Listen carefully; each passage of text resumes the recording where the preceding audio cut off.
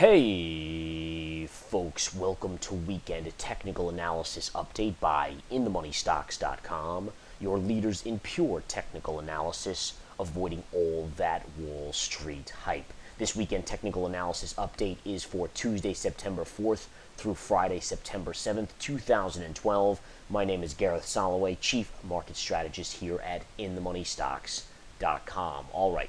Bottom line is, this is the chart you're paying attention to. This is the SPY, which mirrors the S&P 500. It is the tracking ETF.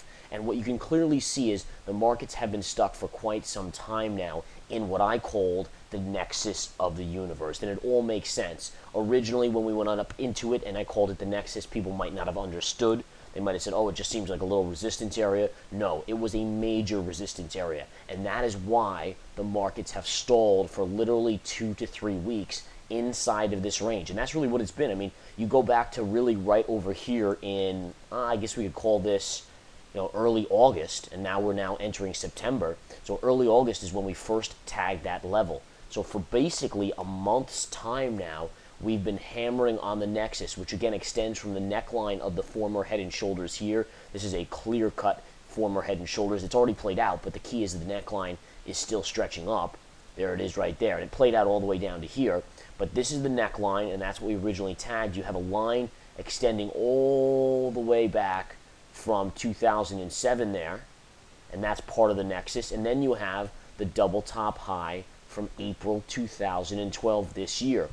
Notice how one day, and this was great, guys, because it got all the pikers and all the little amateurs on the wrong side of the trade who think that they know anything, but ultimately they don't. And that's why, again, I always encourage them to come to InTheMoneyStocks.com and start learning from the pros. And I'm here to teach, guys. I will teach anyone. I'll teach a monkey how to trade and to trade profitably and be more profitable than a Goldman Sachs trader. I can teach anyone to trade.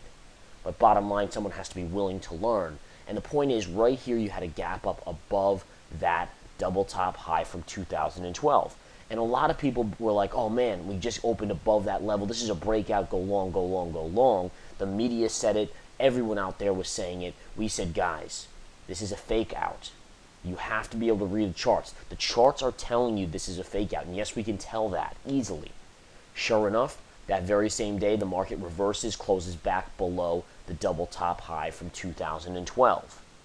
After that, down we go, bounce, down we go, small bounce. And that's where we end going into this weekend. And again, I hope everyone has a fantastic Labor Day weekend. But the point is, this is where it starts.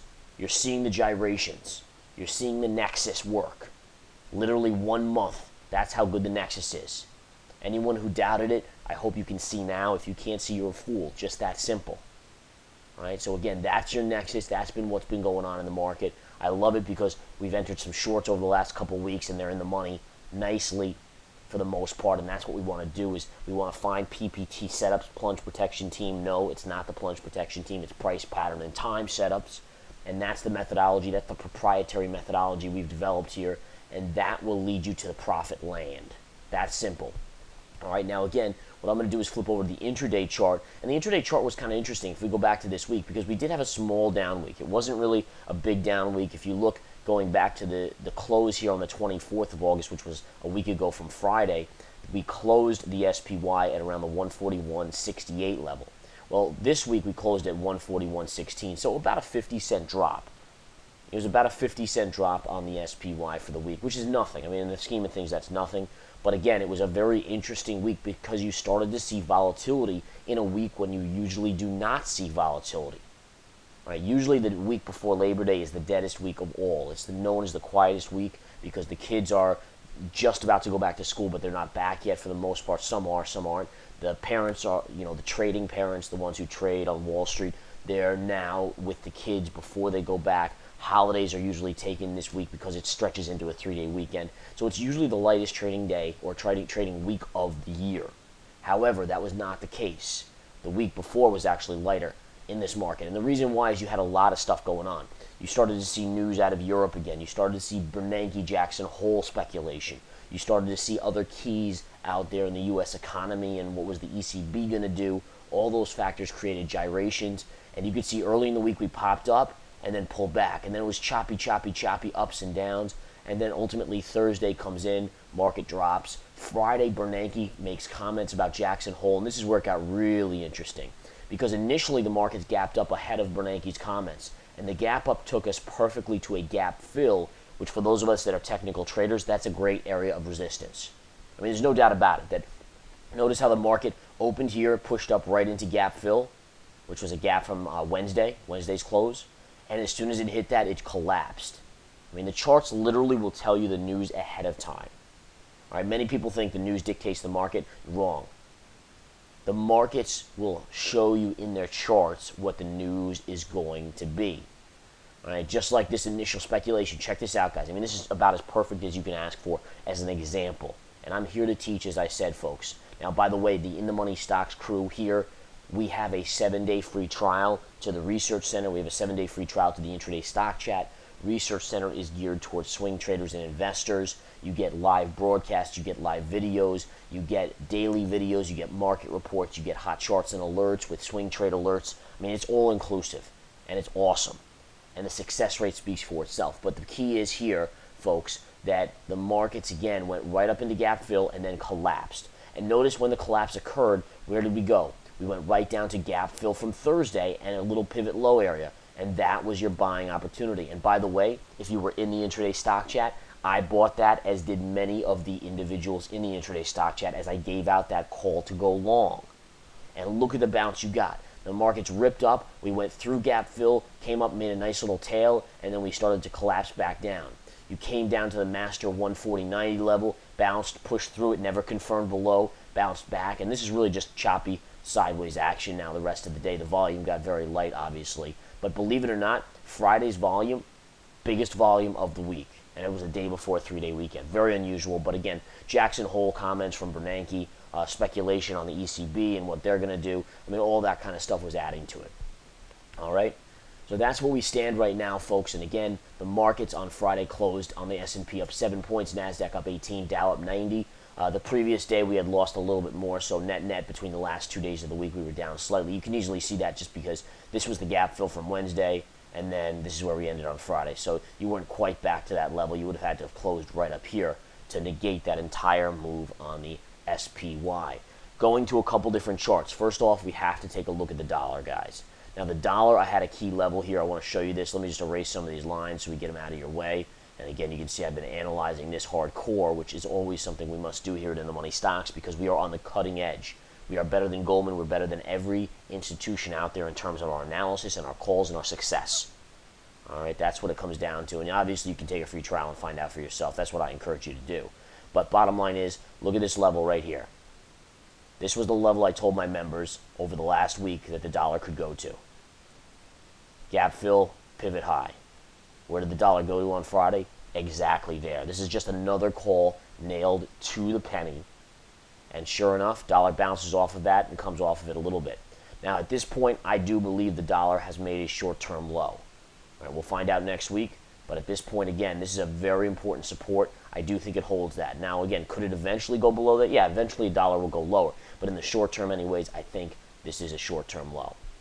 All right, look for a bounce up. See if we get back above the 200. If we do, then we look at the gap window right here and the 20 MA.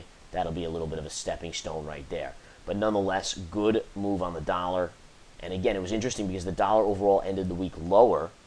Usually the markets end higher, but they didn't this week. And that continues to show me weakness in the overall market picture. All right, next up, let's take a look at gold. Gold had a monster move on Friday here, guys. And again, this was one of the bigger moves on gold, and this was all off of Bernanke, because Bernanke and the ECB and the Bernanke are going to be doing actions. I mean, QE3 is going to come. I mean, there's been so much speculation, is or isn't it going to come, but it is going to come. And gold obviously reacted positively to that, having a monster move up here, just a monster move up $3.70. But the crazy thing about it is you're coming right up into resistance here. I mean, you basically hit resistance. This is your next resistance point at the 164.40-ish area. Now, if you get through that, there's another little pivot point right here, which we need to pay attention to, and that's at the 166.50 level. All right, so just keep an eye on that. Resistance, again, let me just repeat. We'll call this 164.60 resistance as first line, and then 166.75 as second resistance. All right, so these are your two lines of resistance. All right, do I think it could get to the secondary one? It possibly could.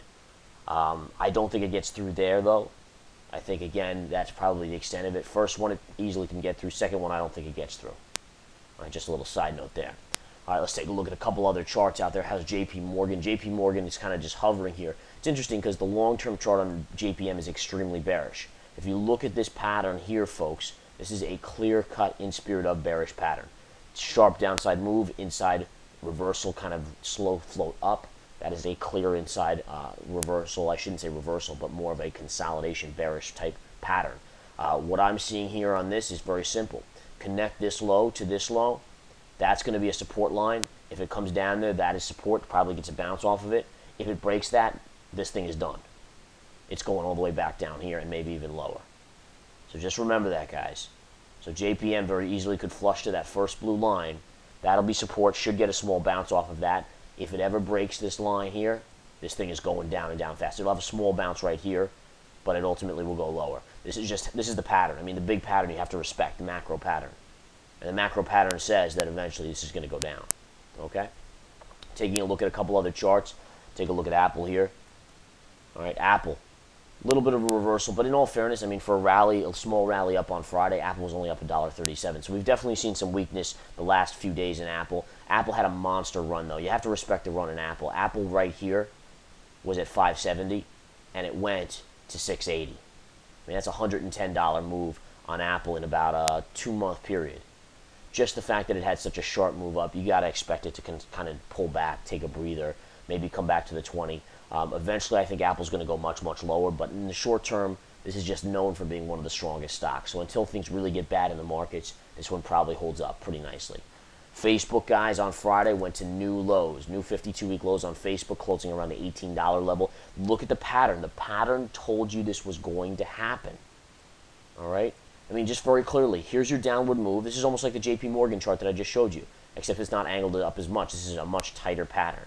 Sharp down move here, sideways inside bars. All right? Breakdown. This is a bear flag. Breakdown is going to happen. My guess is Facebook is going to 15. All right, 15, it gets very, very interesting to me. Very interesting. But I do think it's going there. All right? I'll probably be a buyer around 15 or so, though. I really do think so. All right? So just something to keep an eye on there. Let's take a look at a couple other plays. How's Caterpillar doing? Caterpillar, again, has fallen quite, and this is interesting because, again, the markets kind of have chopped sideways, maybe pulled back a little bit over the last week or two. But in all fairness, look at the fall in Caterpillar here. I mean, from a high of 92, 93 all the way down to about the 84. I mean, that's a big-time fall. And that's showing us, remember, stocks like Caterpillar, where it's, big machinery, that's showing us weakness in China. And China's a mess, guys. The economic data keeps on getting fudged. We know that at this point. I think everyone knows that at this point. But, ultimately, it's a mess. It's a mess. The economy's in recession mode. There's no doubt about it. And the overall global picture hasn't, at least the U.S. markets and some of the other markets, I don't think have fully come to grips with that. And at some point, China will be a major contributor to that. I just want to make that point, guys. All right, at some point, the lack of Chinese demand for goods and services will start to freak the markets out. Right now, it's all about Europe. It'll continue to be about Europe for the short term, but eventually China will become a bigger player there, and that will be a very big negative for the markets. All right, and the fact is you can't trust their economic data, so it's going to that's why it makes it so hard for the markets to evaluate. All right, let's take a look at Amazon, which was up on Friday, $2 and change. This continues to hover at 52-week highs. No pattern to short there right now. The even number of 250 is a little bit of resistance, but I don't think I'd risk it just based on a minor level like that. If anything happens and this collapses back down, I'd probably think about buying at the 50 MA, especially if it's kind of coincides right with here. You can see the pullback levels are telling you there's support there. The 50 MA adds to that. Other than that, I don't think I'd mess with it, though. There's just not enough there, not enough security there. Taking a look at Exxon, XOM. Stock has had a great run, but this is bearish consolidation here, guys. All right, so you have a downward move. It's very sloppy, but looks like it's on the verge of breakdown. 50 MA will be first support. 200 MA will be second support. Those are the levels right now. Oil, we'll keep an eye on oil, obviously. Oil's a big one here. And if we look at oil, the chart is continuing to show some signs of life. At this stage of the game, I think the 200 could get tagged, but I won't short at this point until you have gap window minimally, okay? And you might say, well, why not the 200? Well, because you kind of hit it already right here, all right? If we had just gone straight into it, I would have shorted the 200. But because you kind of paused there and pulled back, Now I want to see this actually go through and hit this level. So right around the 37.90, 38 levels where I'm going to start to get interested. You have a nice little pivot low right there to watch. And then you also have gap fill right here. I mean, this is where you're going to start to hit major resistance. Anywhere around 38 bucks or a little bit above is going to be a sweet spot on the USO in terms of a short. Okay? All right, so bottom line is, guys, this is where it's done. Proprietary techniques that give you pivot cycle dates, literally a cycle date. How do you know when the markets are going to start to go down or up? We know here, and we'll teach you how to know. How do you know the exact day when a stock is going to break out or break down? We know here. We can teach you. All right, how do you know which stocks are going to be going up or down? We'll tell you. I take the trades. I give them to you. All right, bottom line is, In the Money Stocks has the secrets to make you millions. You just have to come try us out. 7-day free trial to the Research Center if you're more of a swing trader or investor. And if you're a day trader, then you come here for the Intraday Stock Chat. 7-day free trial to one, both, whatever you want to do.